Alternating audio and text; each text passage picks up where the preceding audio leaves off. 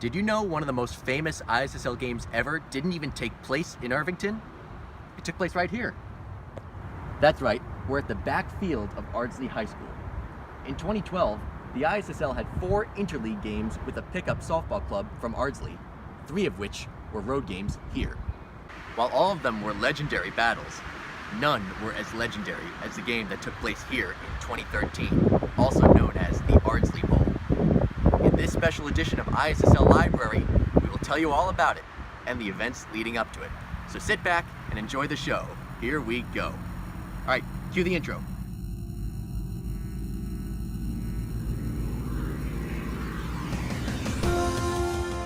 The ISSL, where champions are born. Patrick, not on here.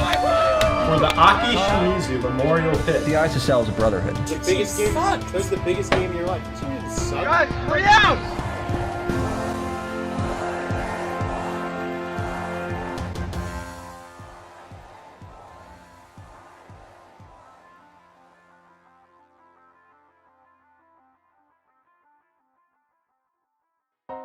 Shortly after the third All-Star game in 2012, Evan Childs notified the league that he was setting up a matchup with an Ardsley team through a connection of his, Andrew Fishman. It would be a home game for Irvington at Memorial, and it would be 10-on-10 with 4 outfielders lasting 12 innings. After a lot of shuffling of players, the 10 players for Irvington were finally settled on game day. Evan Childs, Joey Mataro, Mikey Mataro, Joseph Keller, Tom Celano, Ben Fraternali, Matt Anzano, Peter Tallarico, Deepak McCleary, and possibly Jeff Friedlander. However, at the start of the game, Deepak McCleary had still not arrived at the field, and Joey Galano showed up for the warm-ups, so he was inserted into the game. The entire Ardsley team pulled up in just 3 cars, all coming in right here, and then they all got out at the same time, very organized. The first batter of the game was a short player named Jeffrey Batondo, and he immediately bombed a home run over the outfielders, who for some reason all played him shallow, assuming he had no power. Ardsley scored more runs in the first inning, hitting the ball hard all over the field, up and down the lineup. When they took the field, their 4 outfielders also played everyone shallow, yet no one on the ISSL team was able to hit it over their heads, frustrating players like Joey Mataro. Meanwhile, Irvington's lighter hitters weren't succeeding either, since the ground balls weren't working, because manning the left side of the infield was the same small power hitter, Jeffrey Batondo, at third base. Aside from a couple of errors, he was making every routine and difficult play, limiting the options for the ISSL hitters. Irvington was able to chip away little by little, but then disaster struck mid-game when Ben Fraternali dropped an easy toss to him at second base, which would have ended the inning with a force out. This resulted in several more runs scoring, leading to Ardsley easily pulling away. They just seemed to have too many power hitters, with only 2 light hitters at the bottom of the lineup, Captain Andrew Fishman and speedster Zohair Dean, whose goal was to beat out infield singles. Deepak McCleary showed up late and agreed with Joey Galano to alternate at bats, but his first at bat was a strikeout, and his second was the game-ending lineout. The ISSL team was clearly outmatched and not well prepared, and Joey Mataro insisted on captaining if there was a rematch, which everyone else was in favor of. They got their next chance the very next week on August 1st, when the Ardsley team hosted a rematch. This is the first time the ISSL ever sent players to a road game. When the players arrived to the Ardsley High School, they were led on a walk all the way through the sports fields, past everything, then down one final stairway to a small, dilapidated softball field, referred to as the Hidden Field. Ardsley's captain Andrew Fishman brought the throwdown bases and accurately estimated where they'd go, despite the field not having clear base paths. Unlike Memorial and Irvington, there were home run fences, roughly 210 feet down the right field line into a neighboring property, 230 feet down the left field line into Delwood Lane, and a long, nearly rectangular center field at 275 feet away, with left field having a weird ditch in front of the fence in lieu of a warning track. The game was again 12 innings, but this time, the teams agreed to have 9 players take the field at one time, but bat up to a few more. That's why, according to Nick Leonardi, the ISSL brought 11 players. Nick Leonardi was from Ardsley, but the Ardsley team quickly approved him playing for the ISSL, laughing and saying, He's your problem now. The ISSL team was more prepared for this game, playing the outfield at better depths, making more fundamental plays in the infield, and taking better at-bats. They were able to match Ardsley's power game for 9 of the 12 innings in a back-and-forth affair. The game was tied entering the bottom of the 10th inning when one of Ardsley's power hitters blasted a solo home run, hitting a shrub just over the left field fence, which was later cut down within the next year. That gave the ISSL 6 outs to come back in the 11th, which Peter Tallarico did by himself, hitting a lead-off inside the park home run into the left field gap, with the outfielders still playing Irvington too far in. Looking to take the lead, they then loaded the bases with 2 outs, bringing up Jeff Friedlander in the big spot. He hit a hard ground ball down the third base line, which third baseman Jeffrey Batondo couldn't bring in. He booted the ball, and everyone reached their forced base, bringing in the go-ahead run. The ISSL team then hoped that 1 run would hold up, as they wouldn't score again in the game. But with 2 outs in the bottom of the final inning, Ardsley had the tying run at first base and the winning run at the plate, the exact hitter who hit the home run 2 innings prior. This time, he hit a deep drive to center field, looking like a possible walk-off home run. But Joey Mataro in center had him played perfectly and made the catch in the warning trench to end the nail-biter. The ISSL had slain the Giant, going to Ardsley and edging them off in the first rematch. The next week, another rematch was scheduled on Thursday, August 9th, again in Ardsley. The Irvington team felt more confident than ever before, and they came out and started strong, building a big early lead. Meanwhile, things were falling apart for the once confident Ardsley team. Players all around the field were committing errors, even the sure-handed left side of the infield, led by Jeffrey Batondo. They were not hitting well and making base-running mistakes, despite earning some calls after debates. They were also arguing with their own first baseman, saying he wasn't hustling or giving any effort. Eventually, the first baseman started intentionally dropping balls and calling Irvington runners safe on close plays, irking the Ardsley players more. Later in the game, Mikey Mataro went liftoff, blasting a home run into the neighboring property over the right field wall. The Irvington team won by 17 runs, giving them control of the Irvington-Ardsley matchup. There was one more game scheduled the following week, on Friday, August 17th, again in Ardsley. However, both teams struggled to fill their squads, so Irvington invited Patty Wooten, another Ardsley resident. And the Ardsley team had to invite 2 women as well to play, but they still only had 8 total players. So Irvington lent a catcher, even though Ardsley players called 2 base runners out when the lent catcher made mistakes, causing some commotion. While some of the power players, like Jeffrey Batondo, still played in the game, the Ardsley team was no menace this time, with at least 4 weak hitters in the lineup. 2 of the best plays I've ever made came in that game. I had to field a really slow chopper hit by the speedy Zohair Dean. I had to barehand it and fire it quickly to first, and I got him, and I was getting high fives from everyone on the field. But then the very next pitch, Jeff Batondo hit a rocket that I somehow was able to pick and then easily toss to first. Ardsley didn't stand a chance, and some of their players were getting nervous of the Thunder creeping closer to the game. Irvington got the final flyout with their 5-2 win, and Ardsley players ran off the field as the Lightning was coming. Irvington won 3 of the 4 games in 2012, all on the road. So naturally, winning all 3 road games in 2012 here, the ISSL had a lot of confidence coming into any 2013 matchups that would happen. But unfortunately, it would take almost the entire season for a game to be set up, since the first proposed date was a rainout. But their chance finally came on August 5th, 2013, just 1 day after the ISSL CS. The day before the game, 8 of the 9 players played in the storied 2013 ISSL CS, which went all 21 full innings with 186 outs and well over 200 batters, with lengthy pitching performances by dueling starters Tom Celino and Joey Mataro. This CS also featured the feud between Eddie Fuentes and Alex Zucchini, and the quitting scandal that also dragged Joey Mataro and Patty Wooten into the action somehow. After a lengthy process of trying to fill the team, Irvington still had only 8 players on game day, so Tom Celano was able to conscript his older brother, Chris, to fill the squad and to be his second left-handed bat in the lineup. Chris Celano only played in 2 ISSL games to that point. The game was in Ardsley again, and Keller had to bring the throwdown bases. But when they got to the field, something looked different. There was like this swamp in left center field. I didn't know how he could possibly make any plays there. The teams again only played 9 in the field, but Ardsley batted 11.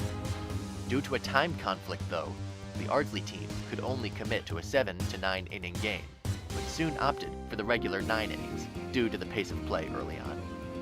As usual, the Ardsley pitcher didn't put much effort into the pitches and just tossed them in the zone.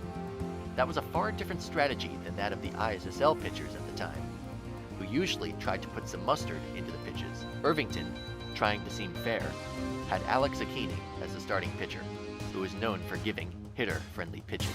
The game started, and both Keller and Tom Celano got out. Joey Mataro then drove a deep fly off the wall down the left field line, but was stranded at second base when cleanup hitter Chris Celano popped out. So it was quickly time to play defense, but it quickly went downhill. The Ardsley team, led by Jeffrey Batondo once again, was hitting gaps, driving balls down the line, dunking singles in, and capitalizing on misplays from the get-go, taking a quick 4-0 lead after 1 inning. Irvington's middle of the order came up in the second inning and managed to score 1 run before having to take the field again, where things got even worse. Pretty soon, Alex Akini was taken off the mound, switched to second base for Tom Celano, but that didn't stop the bleeding. Ardsley kept coming with power, and Irvington kept coming with errors and miscues. One of the big moments was when a base hit moved Jeffrey Batondo from first to third with 2 outs. But the throw back to the infield was slow, and Alex Akini at second base wasn't paying attention, and Batondo sprinted home to score an extra run. Ardsley also blasted 2 mammoth home runs, one by the power lefty cleanup hitter into the neighboring property in right field, and one, again, by Jeffrey Batondo into left field, and that ball was recovered by the ISSL library the following March. The ISSL team was dumbfounded as they fell behind 9-1 after the second inning, but by the end of the fourth inning, they were down 11-1. The start of this game was absolutely disastrous. Everything that could have gone wrong went wrong. The game started moving fast from that point, as Irvington wasn't able to get any rallies going. They got runners on every inning, but weren't able to score. The pitching from the Ardsley side was so easy. They were just lobbing the ball straight in, and for whatever reason, we just could not string hits together. To make matters worse, Mikey Mataro was doubled off first base mid-game on a pop-up when he forgot how many outs there were, a mistake he was making all season long in the ISSL. While Tom Celano was finally able to stop the bleeding in the later innings, the Irvington team stranded runners on once again in the top of the 7th inning. We knew we were better than this. We should have been killing them. And when Joey Mataro got on to start the 8th inning, it seemed meaningless, especially when Chris Celano flew out for the 3rd time of the game right after. But with 5 outs left, things started to change. Suddenly, the Irvington bats caught a spark as the next 3 batters reached on hits or errors, bringing in 2 runs. But even more than that, the base running came to life. All of a sudden in the 8th inning, every bobble or miscue in the outfield, our runners were taking the extra base or forcing the play. We were putting a lot of pressure on their defense. When the left fielder bobbled Saad's single, both advanced to second and third. Alex Akini then reached, and Eddie Fuentes singled, with runners again taking extra bases. On another outfield bobble, the score was cut to 11-5, still a significant deficit with only 5 outs left when Joseph Keller came to the plate. I'd always struggled at the plate in these Ardsley games. I would get maybe 1 infield single and maybe at best a rope down the left field line. Now, in this case, I had already gotten my infield single, so I think I was due for the double down the line. Keller roped the ball down the left field line for a double, scoring 2 runs, cutting the lead to 11-7. The entire game, the Ardsley bench was just like cheering and goofing around and not taking the game seriously. They had such a big lead. They were overconfident.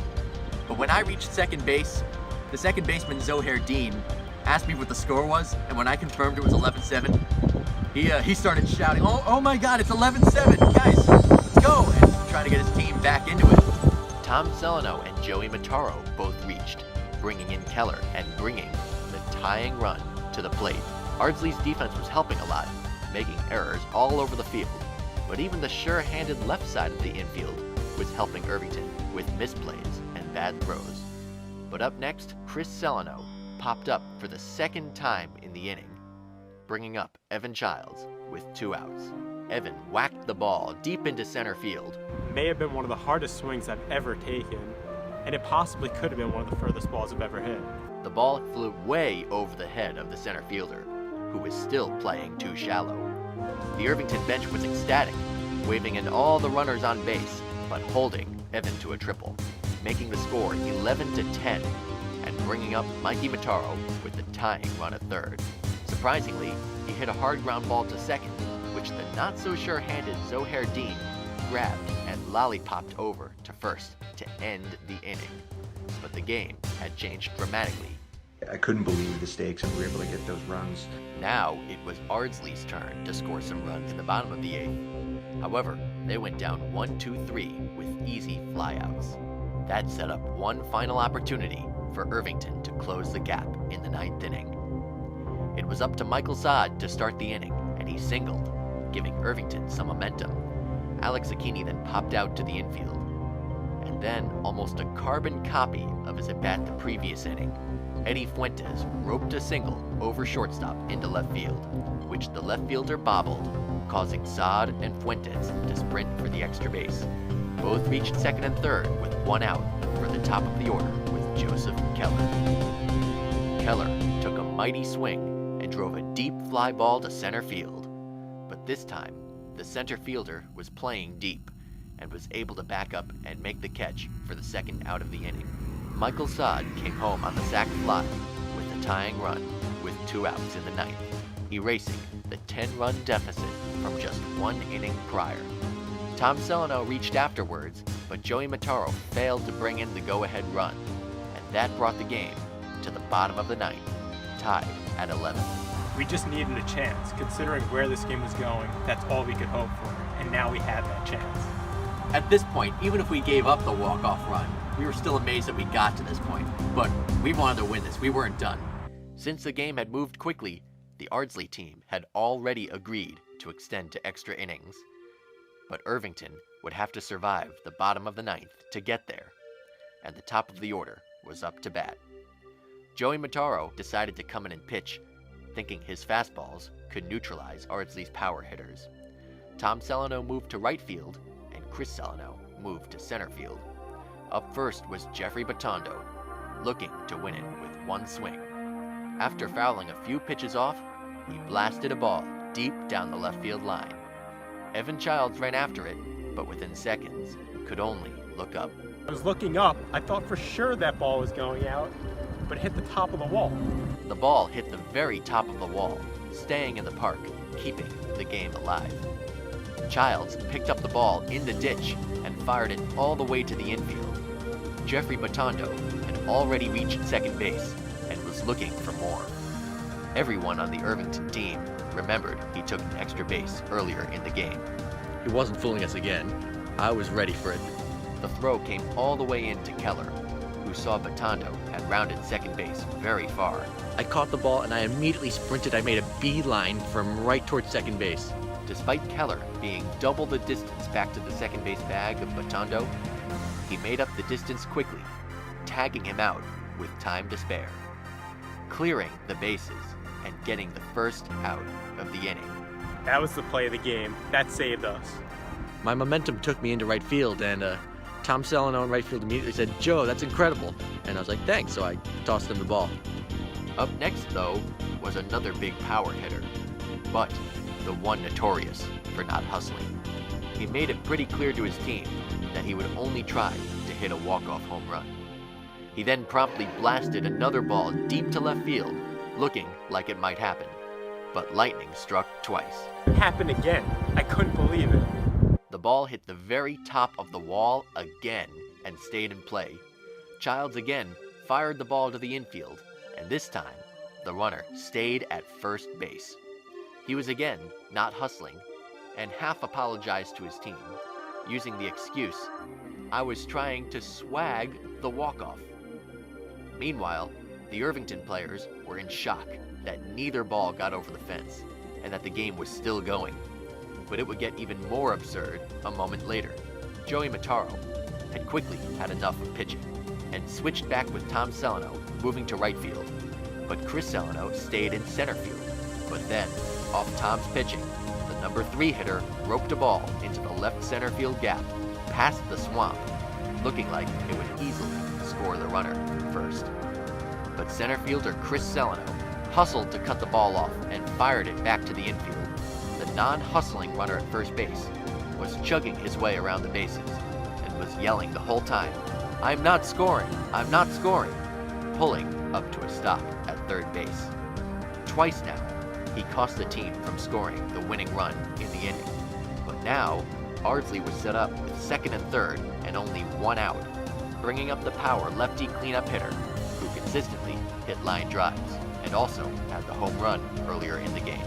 He hit a hard line drive, but straight at first baseman Mikey Mataro for the second out.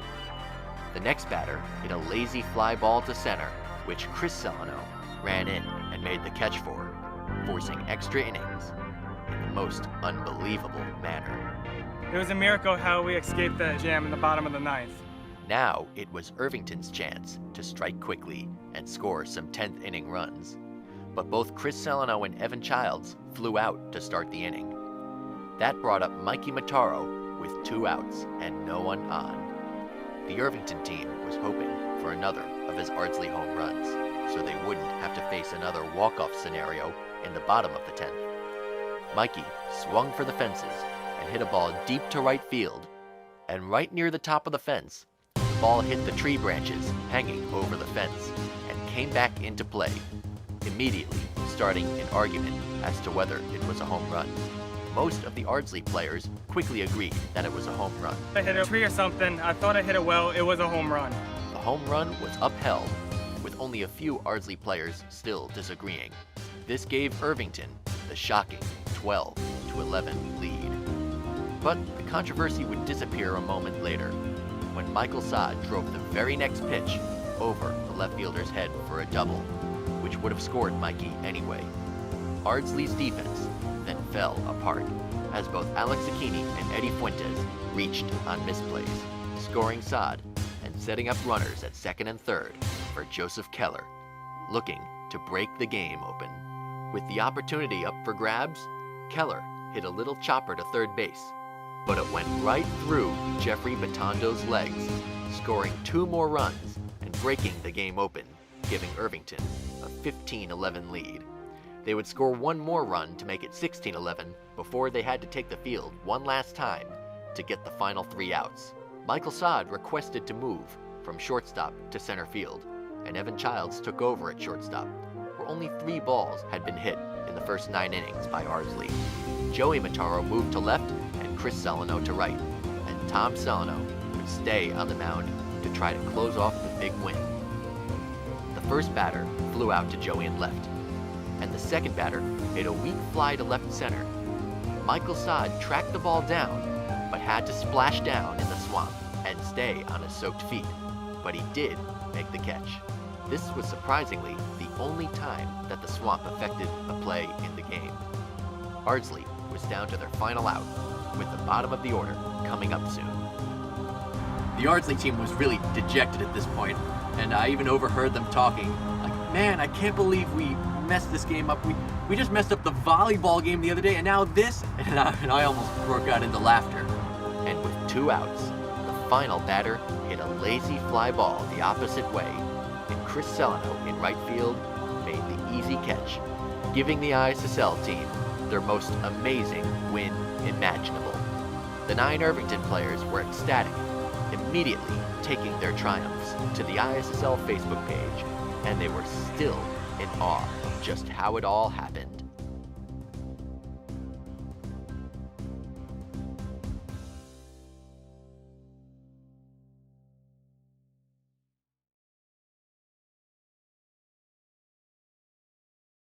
7 years later, the game remains as one of the greatest ISSL games ever played, and consistently makes the top 2 in the ISSL library's top games list.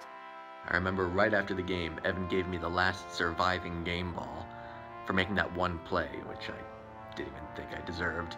And I don't still have that ball. I don't know where it is. All I do have is the Jeff Batondo home run ball that I found. Unfortunately, there hasn't been a game with Ardsley since, as they were never able to get a team together for a rematch. I come back and revisit this field maybe once every 2 or 1.5 years. Just the history of this field and what it means to the ISSL in my own life just means so much to me. Since that game, the field looks a little different now.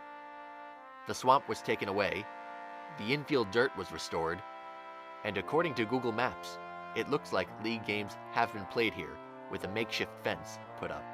This field looks way nicer than when we played the game. For the players in this game, it was perhaps the pinnacle life moment of teamwork, perseverance, resiliency, and just a great, miraculous comeback win. This is one of those games that's always fun to look back on. When I think about it, it's probably one of the best games I've ever been a part of. You know, to be honest, I don't know that I'll ever be a part of something like that in a softball field again. So while the whole league wasn't in this game or at this game, the Ardsley Bowl was one of the many things that makes the ISSL what it is. You have the All-Star game, the other competitive games, and even the regular season antics, but there are special moments like this that will live on forever in ISSL lore, and it is important to know about it to truly understand the essence of the Irvington Summer Softball League, and also to know what can happen when you work together, play smart, persevere, and hustle. Thank you for joining us on ISSL Library.